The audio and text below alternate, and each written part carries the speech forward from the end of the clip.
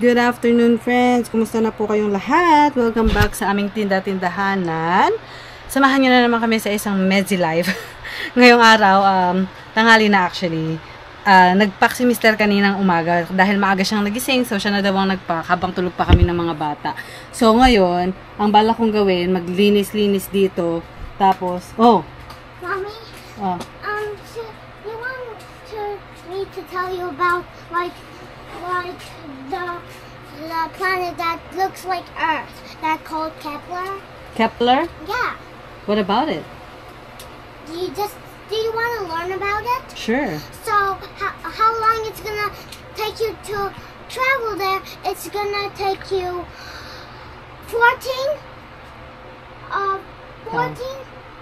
1400 light years until you can get there. That's impossible for us. Because we cannot travel in the speed of light. Yeah. What's the name of the planet? Kepler. It's not in our solar system, right? Is it? He did talk about it, so maybe it's in a different solar system if it's not in ours. Yeah, it's not in ours. Okay. Well, thank you for telling me about it. Okay, I'll go back to work. What are you doing anyway? Hey there. We're gonna go Chuck E. Cheese later after mommy work. Okay, just 30 minutes. Daming alam ni Lucas, no? 30 minutes lang ako mag-work. Yan ang sabi ko sa kanila. Kasi gusto nilang magpunta sa Chuck E. Cheese. Ayun yung arcade na meron kaming membership. So, $11.99 per day. Tapos, per month.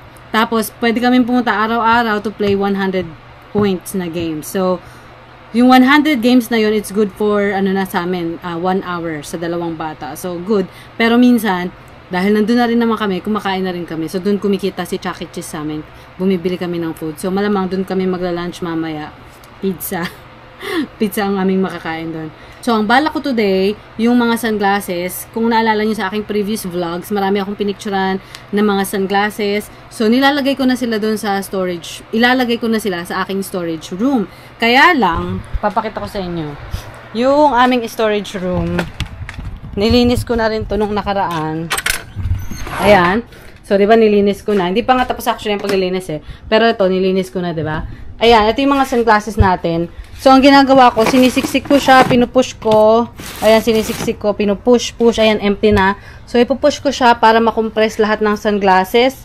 Tapos, magkaroon tayo ng mga empty na spaces. Like ito, empty na yan. Kasi marami pa eh. Marami pa dun sa taas na ilalagay. So, gusto ko ma-empty, maraming empty na drawer para dyan ko ilalagay yung mga bagong sunglasses.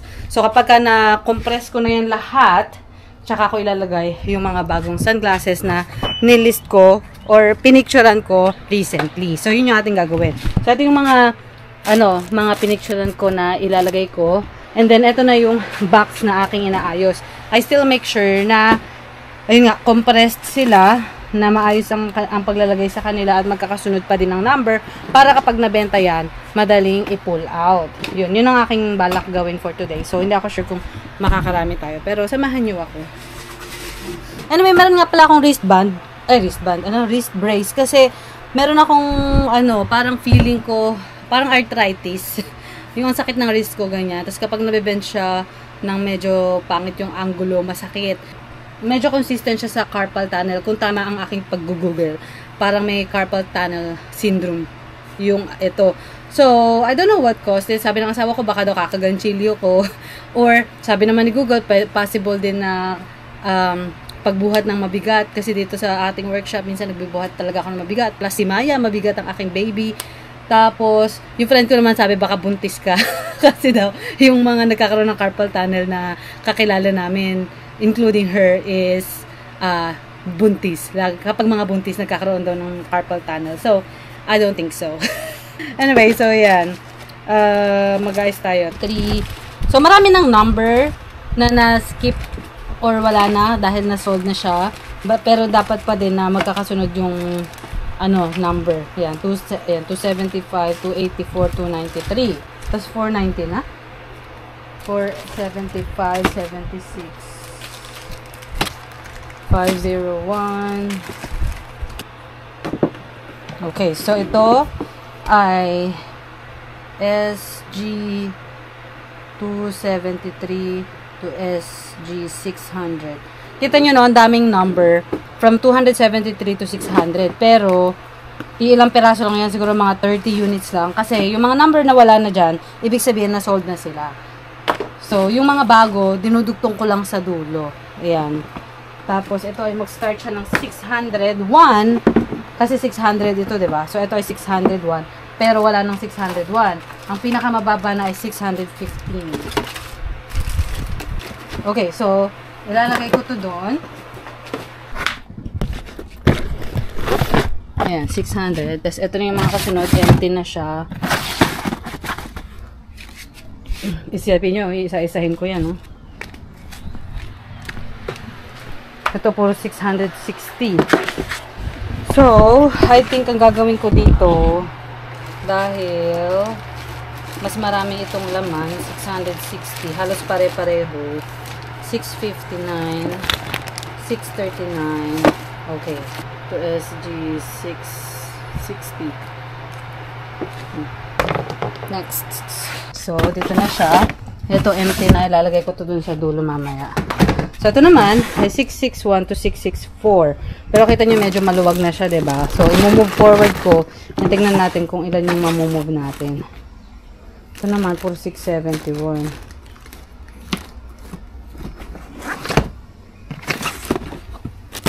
Siguro hindi ko to muna gagalawin. Kasi although marami siyang space, pero kasi yung kasunod na number niya is halos pare-pareho, 671 and 672. So, hindi ko muna siya, i-move ko lang siya dito. 672. Ito din, puno pa siya. So, aray ko, ang sakit ng aking wrist.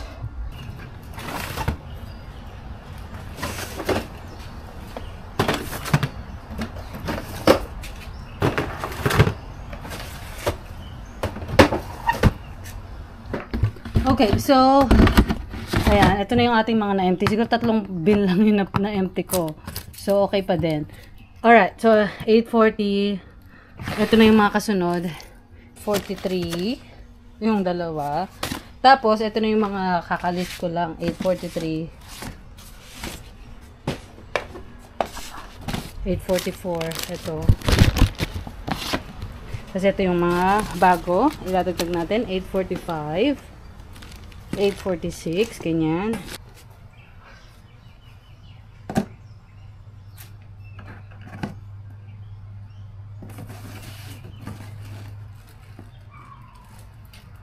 Okay. So, SG841 to SG860, 465, 66, 67, 68, 60.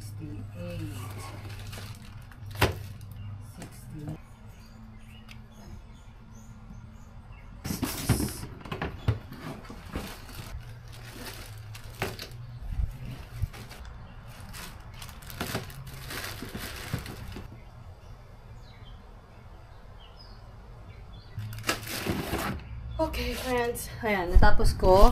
Na-empty na tong dalawang box. Ipapasok ko siya para dyan ko naman ilalagay yung mga bagong pipicturan. Ganyan. Tapos ililipat ko siya. At least I know now na meron pa akong 4 o 12 drawer na empty, diba? Yung dulo, hindi pa yan puno. So, pag puno na siya, tsaka ulit ako magdadagdag dito. So, yan. Na-move ko siya. Success. Ang plano ko, kung sakaling ito ay mapuno, kasi madami pa talaga, if mapuno talaga siya, lalagyan ko siya ng box na kagaya nito. Itong mga to ay mga reading glasses. So, ganyan. Nilalagay ko na lang yung sobra. So, ito yung start ng reading glasses. RG reading glasses 45. Ganyan. Tapos, magkakasunod yung number dito. Tapos, ito. Pag yung kasunod ng dulo, nakabox na siya kasi wala ng space. Ayan. So, para sa glasses, may laman pa. Hopefully, magkasya dito para hindi na ako magdadagdag ng box na ganito dito. But anyway, ayan. Tapos na muna. 30 minutes lang ako nag-work. 30 minutes lang yon kasi ang init din. Okay, pasok na ako. Maliligo muna. And then mamaya, pagbalik namin galing sa arcade, kung may time ako, kung mag-nap si Maya, depende. Mag-work ako sa taas. Para bukas, ilalagay ko yung mga sunglasses dito ulit. Kagaya ng ginawa ko kanina. Nakaligo na ako. Gising na din si Maya.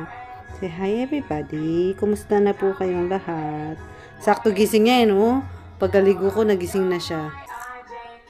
Pretty little baby. Sleep with me? Yeah, she sleep with daddy. My handsome husband.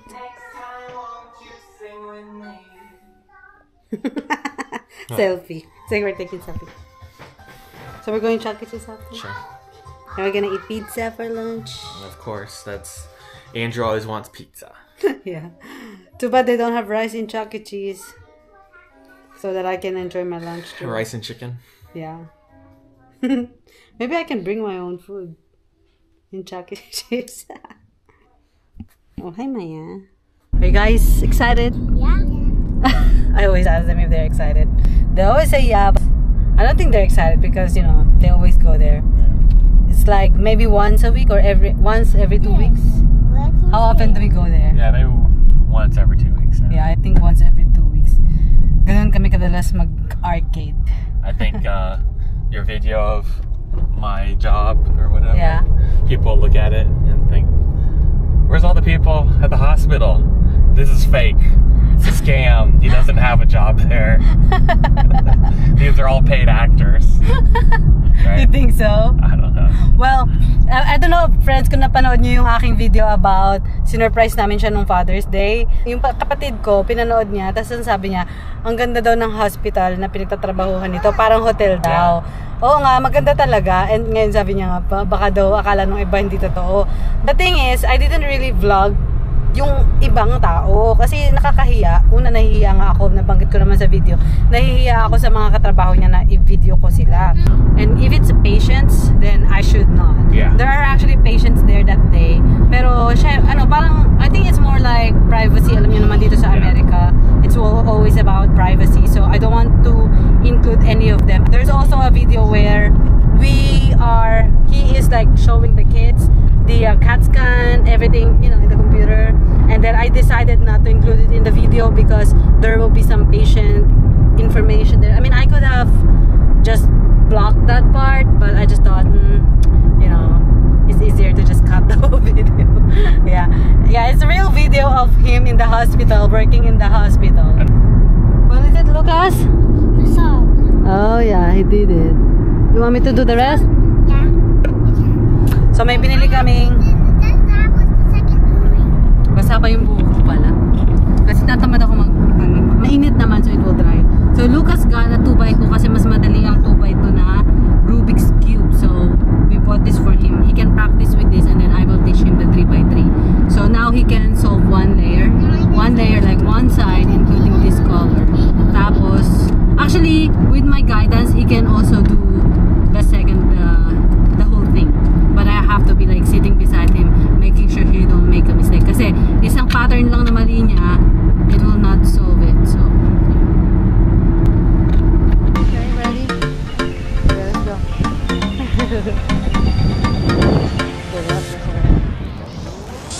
Are you excited? Scooterman! What about Andrew? What's Andrew gonna do? You gonna wait for a pizza? Okay. He's just gonna wait for How about we go get the soda? How about you get the soda? Mommy's gonna watch. Hey, look, Mommy's gonna follow you. Okay.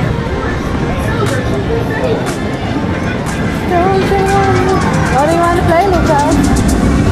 What do you want to play?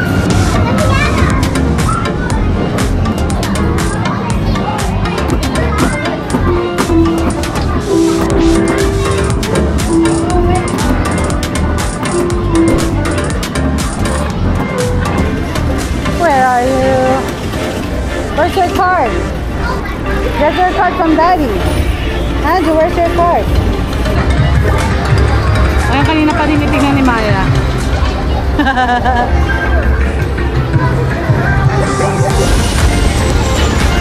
Go, Andrew, go. Go, Kuya, go. Si Maya is with Daddy. Whoa! Hi, Maya. Hi. Hi. Hi. It's pink. So may pizza kami at Fry's. Where's Andrew? Let's eat. Pink is too sweet. Call Andrew and Daddy. We're gonna eat. Okay? Hey Andrew, how's your pizza? Good? Is it yummy?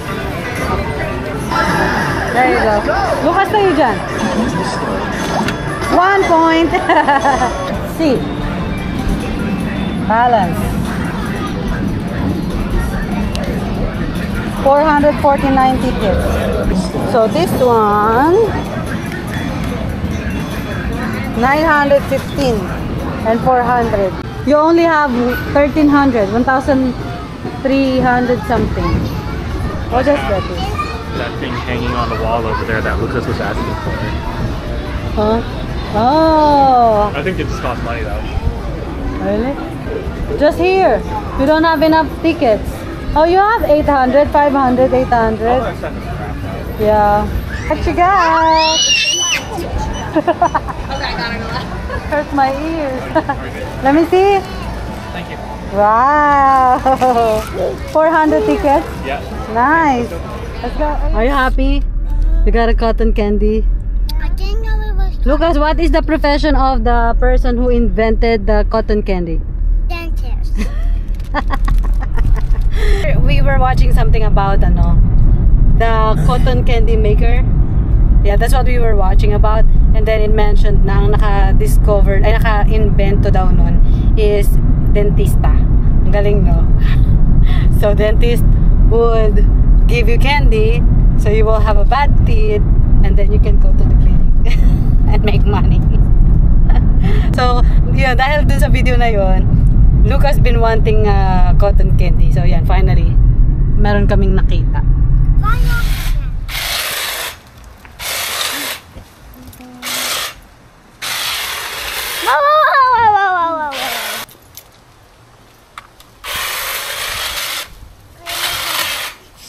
Daddy, the top.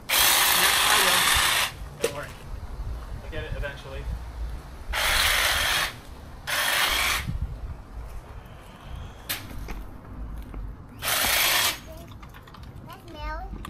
What does it smell like? Tinopak si Maya, bakit kaya? Mukhang nausog si Maya doon sa pinuntahan namin kanina. Kasi mula pa kanina pagbalik namin, ayaw niyang matulog nang hindi siya hinawakan. Pakalong lang siya, umiiyak siya. Ayan. Umalis ang aking asawa para mag-grocery. So kami lang ng mga bata ngayon. Pero the whole time, siguro mula nung bumalik kami mga 3 oras na, halos ganito lang kami ni Maya. Ano siya, nag-iingit, umiiyak. Tapos nakakaidlip siyang konti. Pag nagising siya or pag binaba ko siya, iiyak siya. So, di na ako makaka-work dahil, ewan ko, parang nausog nga. Parang nausog to si Maya. Parang may nararamdaman na hindi ko alam. Sana maging okay na mamaya.